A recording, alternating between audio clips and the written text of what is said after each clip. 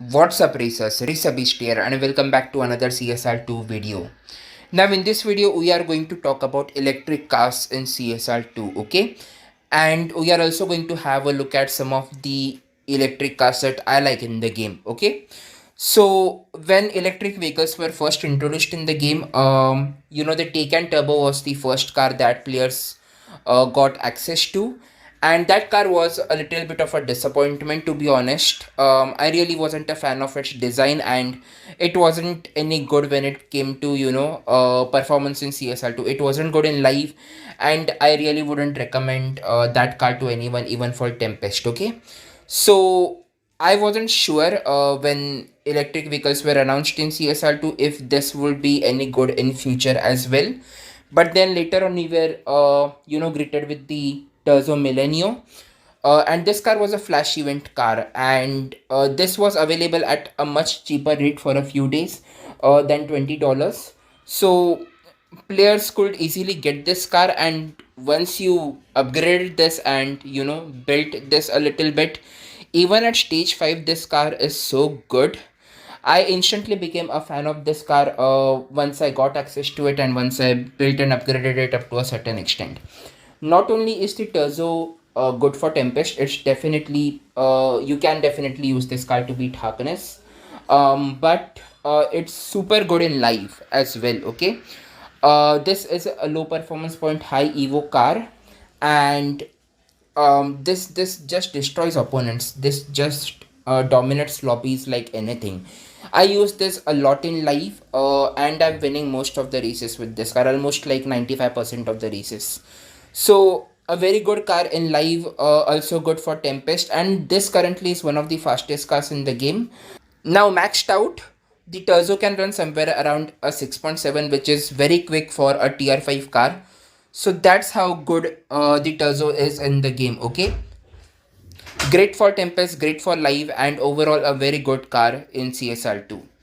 Now, after the Terzo Flash event, a few days later, we were introduced to another electric vehicle in the game, which is the Lotus Evija. Now the Evija may not be as good as the Terzo, but regardless, it's still a very good car in CSR2 overall. It's a super low performance point high evo car, which automatically makes it very good for live racing. I use this car a lot in live, both this one and the Terzo as well. Okay. Now in this video, I'm going to show you a live racing setup for both the Evija and Terzo.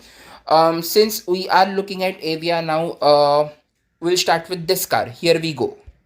So for the Evija, we have motor at stage 1, battery at stage 2, fully fused up to stage 2, inverter at stage 4, overboost at stage 3, fully fused up to stage 3, body at stage 5, tires at stage 3, again fully fused up to stage 3, and transmission at stage 5. Okay, so this gives me a performance point of 658 and evo point of 1954, which is a good low performance point high evo setup.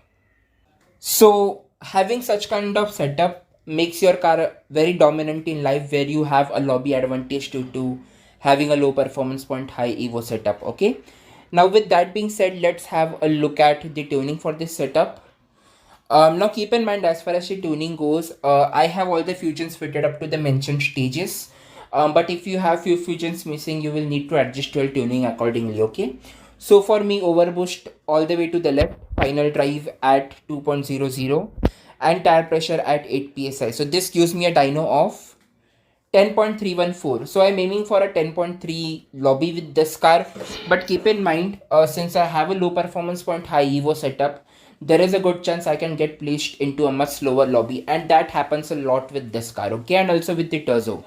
Speaking of the Terzo, we will have a look at the setup for the Terzo as well. Here we go.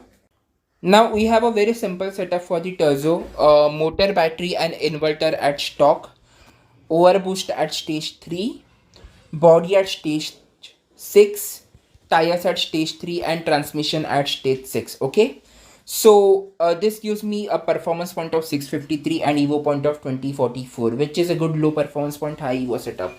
Now I have body and transmission onto stage 6, but if you don't have any of these stage 6, you can put it on to stage 5, it won't make a difference. Your car will still be very dominant in live. Okay, so with that being said, let's have a look at the tuning for the setup. Now same thing, if you are missing few fusions, or if you are missing the two stage 6 that I mentioned, you will need to adjust your tuning slightly. Okay, so in this case, overboost all the way to the right, final drive at 2.00 and tire pressure at 8 psi. This gives me a dyno of 10.303. So in both of these cases, I am aiming for a 10.3 lobby. Okay, and it turns out that both the Terzo and the Evija, using these setups, are very dominant in 10.3 lobby.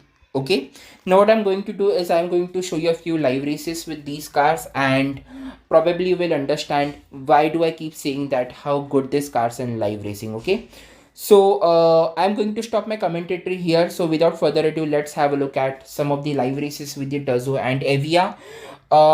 With that being said, this is RacerBeast signing off. See you in another video. Bye.